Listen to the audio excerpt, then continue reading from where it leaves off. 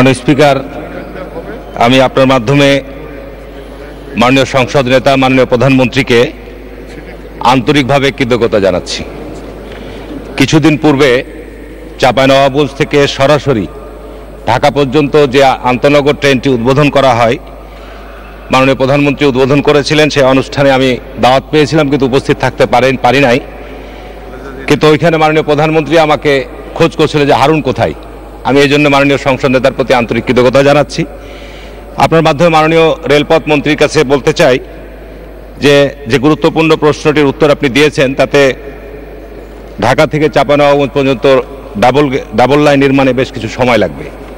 তবে আপনার কাছে আমার মাননীয় স্পিকারের মাধ্যমে প্রশ্ন যে অন্ততপক্ষে ঢাকা থেকে যদি আমরা বঙ্গবন্ধু সেতু পর্যন্ত ডাবল লাইন নির্মাণ করতে পারি, তাহলে মাত্র 1 ঘন্টায় যমুনা সেতু থেকে বঙ্গবন্ধু সেতু থেকে ঢাকায় আমাদের পক্ষে আসা সম্ভব হবে।